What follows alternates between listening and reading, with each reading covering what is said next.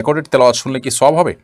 শাশুড়ি অনেক বয়স্ক, উনি টয়লেটে পেশাব করেন না, আমাদের গোসলের জায়গায় পেশাব করেন, পানি দিয়ে অবশ্য ধুয়ে দেওয়া হয়, এখন সেখানে কি অজু হবে? আমি 8 মাসের মৃত বাচ্চা প্রসব করি, আমার বাচ্চাকে গোসল না দিয়ে ওই অবস্থায় কবর দিয়ে দেওয়া হয়, এটা কতখানি ঠিক হয়েছে? সবসময় দুশ্চিন্তাগ্রস্ত অবস্থায় থাকি, এ থেকে মুক্তির উপায় কি? লোন নিয়ে টিউবওয়েল বসালে সেই টিউবওয়েলে পানি পান করা জায়েজ হবে কিনা? আমার অসুস্থ হাজব্যান্ডের 5টি ফরজ রোজা আমি রেখেছিলাম, এই রোজাগুলো কি আদায় হয়েছে নাকি হয়নি?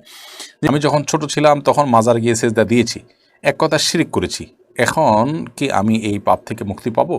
আখতার তাহা এআইডি থেকে আপনি রেখেছেন, আমি 8 মাসের মৃত বাচ্চা প্রসব করি, আমার বাচ্চাকে গোসল না দিয়ে ওই অবস্থায় কবর দিয়ে দেওয়া হয়, এটা কতখানি ঠিক হয়েছে? 8 মাসের মৃত বাচ্চা যেহেতু, সেই বাচ্চাকে আপনি গোসল না দিয়ে কবর দিলেও জায়েজ আছে, বাট এ সম্পর্কে আপনার হাম্বলি মাযহাবের উলামা ইকরামের দৃষ্টিকোণ, সৌদি আরবের উলামা ইকরামের দৃষ্টিকোণ হলো যে এরকম হলেও সেই বাচ্চাকে যথা নিয়মে জানাজা ইত্যাদি দিয়ে আপনার দাফন করতে হবে, যদিও উলামায়ে আহনাফ হানাফি মাযহাবের ভিন্ন মত রয়েছে। মিম খানম আপনি আইডি থেকে লিখেছেন, আমার দাদি শাশুড়ি অনেক বয়স্ক, উনি টয়লেটে পেশাব করেন না, আমাদের গোসলের জায়গায় পেশাব করেন, পানি দিয়ে অবশ্য ধুয়ে দেওয়া হয়, এখন সেখানে কি অজু হবে? যদি তিনি কোমরে প্যানে বসতে না পারেন তাহলে সেক্ষেত্রে এটা তো নিরুপায়, তিনি বিদায় এটা জায়েজ হতে পারে, কিন্তু আর বিকল্প কোনো পথ থাকলে সেটা সবচেয়ে ভালো হয়, যদি না থাকে তাহলে সেক্ষেত্রে এটা জায়েজ হতে পারে।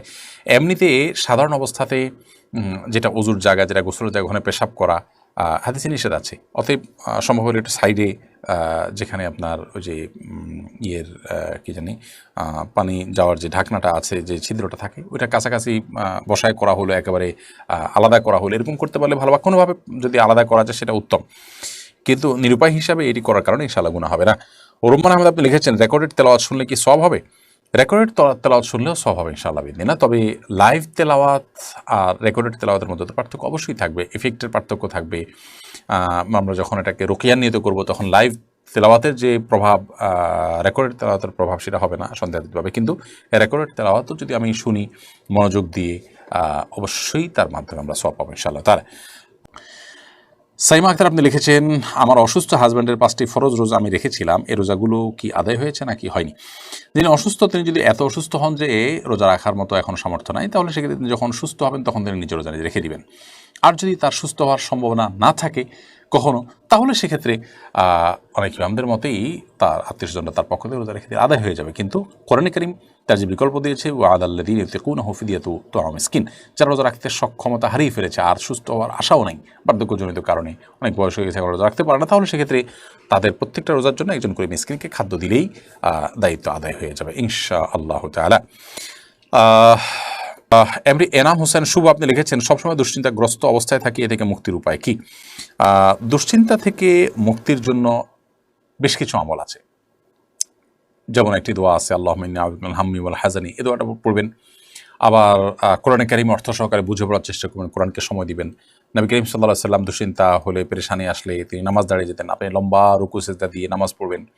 সেই সাথে আপনার কোনো কাউন্সিলিং নিলে যদি আপনার ভালো লাগে, কাজ করতে পারে বলে মনে হয়, তাহলে তাদের শরণাপন্ন হতে পারেন, সহায়তা নিতে পারেন আল্লাহ তাআলার কাছে। সাধারণ দোয়া তো আপনি করবেনই পাশাপাশি।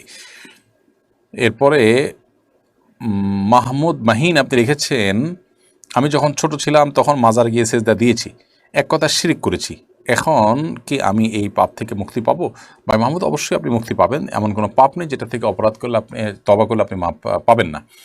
যদি কোনো পাপ করার পর কেউ দুনিয়া থেকে চলে যান ওই অবস্থায় তওবা ছাড়া, তাহলে সেক্ষেত্রে সেটা মাফ করবেন না, যদি সেটা শিরকের গুনাহ হয়।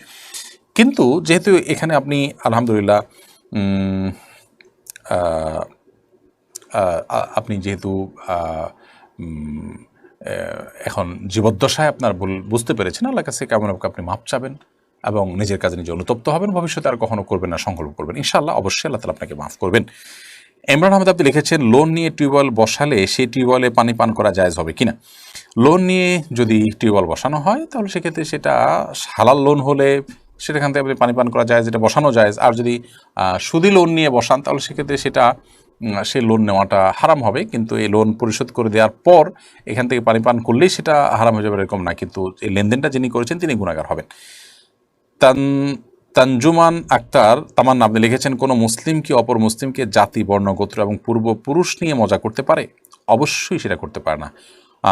ঠাট্টা বিদ্রুপ করা, ব্যঙ্গ করা, কাউকে অপমান করা, এগুলো হারাম কাজ পরিষ্কারভাবে। আল্লাহ তাআলা কোরআনে কারিমে পরিষ্কার করে সূরায়ে কর্মের শেষের দিকে সূরাতে আল্লাহ তাআলা বলেছেন যে লা ইয়াসখার কওমুম মিন কওমিন আসা আন ইয়াকুনা খায়রাম মিনহুম, লা ইয়াসখার কওমুম মিন কওমিন আসা আন ইয়াকুনু খায়রাম মিনহুম। কেউ যেন অন্য কাউকে নিয়ে বিদ্রুপ না করে। অতএব রসের নামে, মজার নামে পূর্বপুরুষ বা গোত্র, বর্ণ, জাতি এগুলো নিয়ে আপনি যদি ব্যঙ্গ বিদ্রুপ করেন বা অপমানকর কিছু বলেন, তাহলে সেটা গুনাহ হবে। আর যদি সেরকম কিছু না হয়, তাহলে সেক্ষেত্রে সেটা অবশ্যই জায়েজ হতে পারে। নয়ন আলী লিখেছেন, কোনো মানুষকে হুজুর বলা যাবে কিনা, হুজুর কেবলা বলা যাবে কিনা।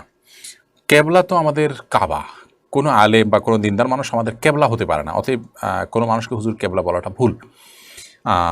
হুজুর উপস্থিত বা একজন দিনদার ধার্মিক ব্যক্তিকে বোঝানো হয়ে থাকে, কিন্তু যখন কেবলা যুক্ত করা হয় তখন তার মানে হলো এমন হুজুর যে হুজুরকে অনুসরণ করতে হয়, যাকে সামনে রেখে চলতে হয়। কেবলা তো আমরা নামাজের সময় যার দিকে ফিরে আমরা সালাত আদায় করতে হয়। কোনো হুজুর আমাদের আসলে মূলত অনুসরণীয় না। হুজুররা শুধুমাত্র বার্তাবাহক, তারা কোরআন হাদিসের কথাটা আমাদেরকে জানিয়ে দিবেন, আমরা সে অনুযায়ী আমল করব। আমরা কোনো হুজুরকে পার্সোনালি অনুসরণ করি না। কিন্তু কেবলা বানানো অনেক সময় দেখা যায় যে অনেক পীর সাহেবকে সেজদা করে। তো এই যে তাকে সেজদা করতেছে, আমরা কাবার দিকে ফিরে আল্লাহকে সেজদা করি, কাবাকে সেজদা করি না। আর সেখানে অনেক সময় অনেক হুজুরকে, অনেক পীরকে ডাইরেক্ট সেজদা করতেছে, তো তাকে কেবলা বানাচ্ছে অনেক সময়। তো সে অর্থে কেবলা বলার সম্ভাবনা যেহেতু আছে, অতএব বলা উচিত না, বরং হুজুর বা শেখ বা অন্য কোনো শব্দ দিয়ে তাকে আপনার ডাকা যেতে পারে। আজকে অনেক প্রশ্ন আসছে দুশ্চিন্তা এবং হতাশা নিয়ে, এবং খুবই চিন্তার একটি বিষয় হলো যে আমাদের দেশে আত্মহত্যার প্রবণতা এত বেশি বেড়েছে যে পৃথিবীর 10টি আত্মহত্যা প্রবণ দেশের তালিকা আমাদের দেশ প্রবেশ করে গেছে। এবং বেশ কিছুদিন আগে একটা জরিপের কথা আমরা জানি যে শুধু বিশ্ববিদ্যালয় শিক্ষার্থীদের মধ্যে এক বছরে 100-র বেশি বিশ্ববিদ্যালয় শিক্ষার্থী আত্মহত্যা করে দুনিয়া থেকে চলে গেছে। খুবই ভয়াবহ একটা বিষয়। আমাদের সমাজে মানুষ সুখে ছিল, এখন আমাদের দালান কোঠা বেড়েছে, আমাদের অনেক কিছু বেড়েছে, বাট সুখটা কমে গেছে। এর অন্যতম প্রধান কারণ হলো আমরা দিন থেকে অনেক দূরে সরে যাচ্ছি। আল্লাহ থেকে যখন মানুষ দূরে সরবে তখন মানুষের মধ্যে ডিপ্রেশন এটা অনেক বেশি জেগে বসবে এবং অশান্তি আস্তে আস্তে বাড়তে থাকবে। বাংলাদেশে এই যে দুশ্চিন্তা এবং হতাশা মানুষকে ঘিরে ধরার যে ঘটনাগুলো, সেগুলো বেড়ে যাওয়া, এটা সন্দেহাতীতভাবে আমাদের জন্য অনেক বড় একটা অ্যালার্মিং একটি বিষয়। এটা আমাদেরকে যে অ্যালার্মটা দিয়ে থাকে সেটা হলো যে আমরা আল্লাহ থেকে দূরে সরে যাচ্ছি, আমরা আখিরাতের প্রতি বিশ্বাস থেকে দূরে সরে যাচ্ছি, আমরা মানসিকভাবে সুখে নাই। আমাদের শিক্ষার হার বাড়ছে, আমাদের আপনার অনেক কিছু বাড়ছে, আমাদের আয় রোজগার বাড়ছে, আমাদের বাহ্যিক উন্নতি হচ্ছে, বাট আমাদের ভেতর থেকে আমরা আমাদের আসল যে সুপ্ত শক্তি সেটা হারিয়ে ফেলছি, তাকওয়ার শক্তিটা হারিয়ে ফেলছি। এই জন্য আল্লাহভীরু হওয়া, আল্লাহমুখী হওয়া, আখিরাতমুখী হওয়া, কোরআন হাদিসের কাছাকাছি আসা এবং ধর্ম সিরিয়াসলি চর্চা করা, এটা এই অশান্তি থেকে বের হওয়ার প্রধান উপায়। আপনি তুলনামূলকভাবে ধার্মিক মানুষগুলোর মধ্যে আত্মহত্যা প্রবণতা নেই বললে আপনি চলে। বিধায় এই অবস্থা থেকে মুক্তির জন্য আল্লাহর দিকে আমাদেরকে ফিরে আসতে হবে, এবং ইমানদার কখনো হতাশাগ্রস্ত হয়ে অন্তত আত্মহত্যার পথ বেছে নিতে পারে না। আল্লাহ বলেছেন ওয়ালা ইয়াসমির ইল্লাল কওমুল কাফিরুন, আল্লাহর রহমত থেকে কাফির ছাড়া অন্য কেউ নিরাশ হতে পারে না। আল্লাহ বলেছেন লা তাকনাতু মির রাহমাতিল্লাহ, তোমরা আল্লাহর রহমত থেকে নিরাশ হবে না। বিধায় নৈরাশ্য এটা কুফরি। নৈরাশ্য হয়ে যাওয়া মানে হলো আপনি আল্লাহ যে এই অসম্ভবকে সম্ভব করতে পারেন, আল্লাহ যে সব কিছু পারেন, আপনি এটা বিশ্বাস করলেন না, এটা এক ধরনের অবিশ্বাস আল্লাহর প্রতি।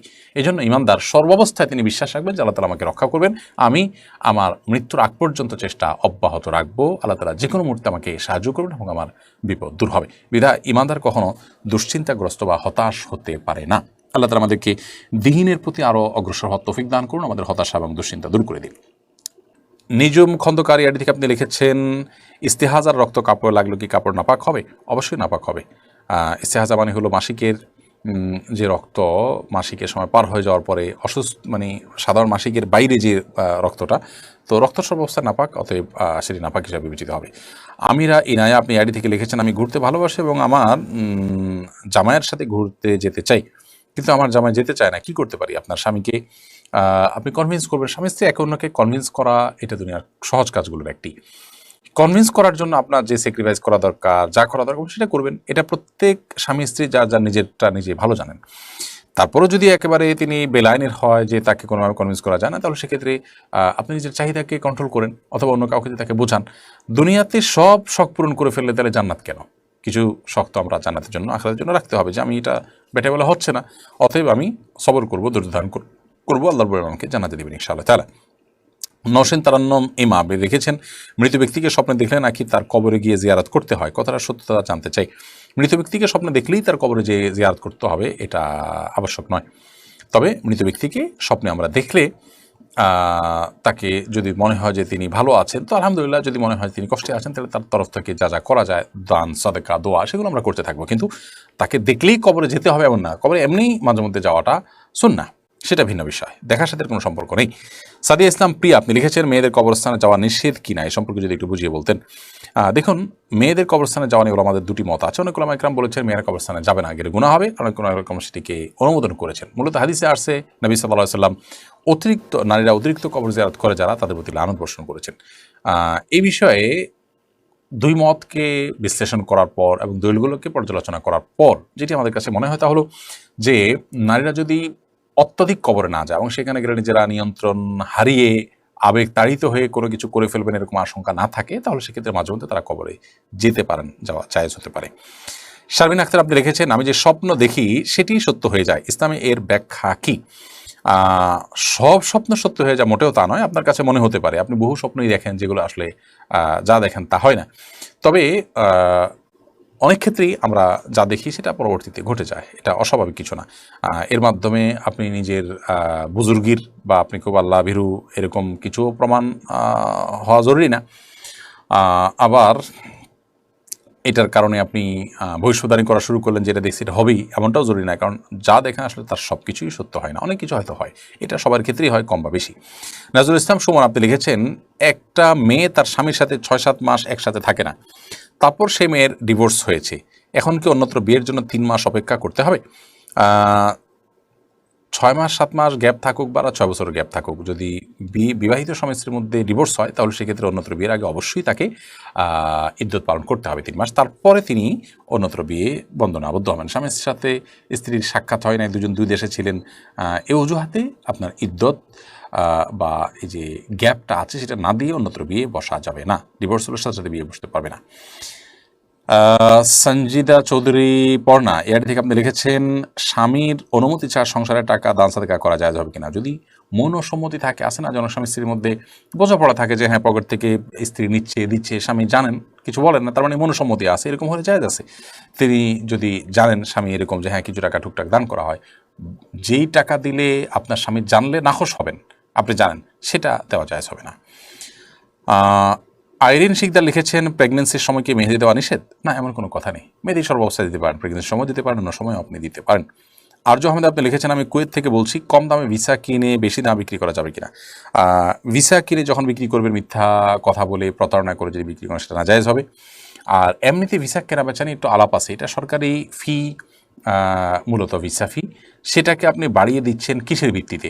যদি এখানে আপনার শ্রম থাকে, মেধা থাকে বা বাড়ানোর কোনো যৌক্তিক গ্রাউন্ড থাকে সেক্ষেত্রে আপনি বাড়িয়ে দিতে পারেন। সেক্ষেত্রেও অযৌক্তিকভাবে মানুষ জানে না তার মূল্য দাম, আপনি ঠকিয়ে মানে 2000 রিয়ালের ভিসা আপনি 10,000 রিয়াল বিক্রি করলেন বা কয়েক হাতে 10,000 রিয়াল সেটা দাম উঠে গেল, এটা অবশ্যই অন্যায় কাজ, গর্হিত কাজ, এটা হওয়া উচিত না।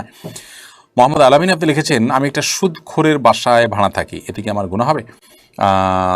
তার বাসাটা যদি সে তার হালাল উপার্জন থেকে করে থাকে তাহলে সেক্ষেত্রে সে সুদখোর কেনা ঘুষখোর এটা আপনার দেখা গুরুত্বপূর্ণ না, আপনি নিজের টাকা দিয়ে হালাল বাসায় থাকতে পারেন, তার সুদের কারবারের জন্য সে আলাদা গুনাহগার হবে। আর যদি বাড়িটা সে হারাম টাকার উপরে নির্মাণ করে এরপর দাঁড়িয়ে থাকে তাহলে সেক্ষেত্রে অবশ্যই আপনার, যদিও নিজের হালাল টাকা দিয়ে আপনি সেখানে ভাড়া থাকছেন, তারপর আপনি বিকল্প কোনো ভালো বাড়ি যেটা হারামের উপর দাঁড়িয়ে নেই সেটার উপর সেটা ভাড়া থাকতে পারলে ভালো হয়। কিন্তু এখানে ভাড়া থাকলে আপনার গুনাহ হয়ে যাওয়াটা এরকম না, তার সুদের দায় তার উপরে বর্তাবে, আপনার উপরে বর্তাবে না, আপনি হালাল টাকা দিয়ে ভাড়া থাকলে ইনশাআল্লাহ বিদিনিল্লাহ আল্লাহ আরবি সব। প্রিয় দর্শক, দেখতে দেখতে আমরা 1 ঘন্টার বেশি সময় পেরিয়ে গেছি এবং আজকেও প্রায় 100-র কাছাকাছির মতো প্রশ্ন উত্তর আমরা দিয়েছি। আল্লাহ রাব্বুল আলামিন কোরআন এবং হাদিসের আলোকে যে কথাগুলো আমরা জানলাম, শুনলাম, বুঝলাম সেগুলো যে আমাদেরকে আমল করার তৌফিক দান করুন এবং আমাদের অজানা বিষয়গুলোর ইলম আমাদেরকে আল্লাহ তাআলা দান করুন, ইখলাস আমাদেরকে দান করুন। আজ এই পর্যন্তই। আল্লাহ যদি বাঁচিয়ে রাখেন, সুস্থ রাখেন, নিরাপদে রাখেন, ইনশাআল্লাহ বিদিনিল্লাহ আগামী সপ্তাহে আবারও একই সময় দেখা হবে। সে পর্যন্ত আল্লাহ সবাইকে ভালো রাখুন, নিরাপদ রাখুন, সুস্থ রাখুন। জাযাকুমুল্লাহু খায়রা। আসসালামু আলাইকুম ওয়া রাহমাতুল্লাহি ওয়া বারাকাতুহু। আসুন্নাহ ফাউন্ডেশন উম্মার রাবেয়া বিনতি আইডি থেকে আপনি লিখেছেন, ঘরে বসে মেয়েরা ফ্রিল্যান্সিং করতে পারবে কিনা? ঘরে বসে মেয়েরা ফ্রিল্যান্সিং করতে পারবে, ছেলেদের মতো কোনো অসুবিধা নেই, কিন্তু ফ্রিল্যান্সিং করতে গিয়ে যেন কোনো গুনাহ কাজ করতে না, অর্থাৎ এমন কোনো কাজ ধরবে না যেটা গুনাহের কাজ, তাহলে সেক্ষেত্রে সেটি জায়েজ হতে পারে।